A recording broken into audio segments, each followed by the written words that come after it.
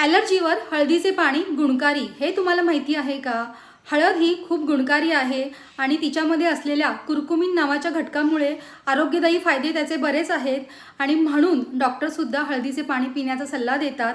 मसाल्याच्या स्वरूपात आपण हळदीचा वापर करतो। एखादी जखम किंवा रक्तस्राव थांबण्यासाठी सुद्धा हळदीचा वापर करतात किंवा शिंका किंवा खोकला जर तुम्हाला ॲलर्जीसारखी कंडिशन्स निर्माण झाली तरी सुद्धा आपण हळदीचे पाणी पितो। जर तुम्हाला स्नायूमध्ये दुखत असेल किंवा गुडघ्यांमध्ये दुखत असेल आणि त्यावेळेस जर तुम्ही हळदीचे पाणी प्यालात तर तुमचे दुखणे सुद्धा कमी येते आणि सूज कमी येण्यास मदत होते। जेव्हा शरीरामध्ये ॲलर्जी वाढते तेव्हा हिस्टॅमिनची पातळी ही वाढते आणि नैसर्गिकरित्या ही पातळी कमी करण्यासाठी हळद खूप फायदेशीर आहे। आणि हळदीचे पाणी कसे प्यावे तर कोमट पाण्यामध्ये अर्धा चमचा हळद, 1 चमचा तूप आणि चिमूटभर काळे मिरे टाकावे।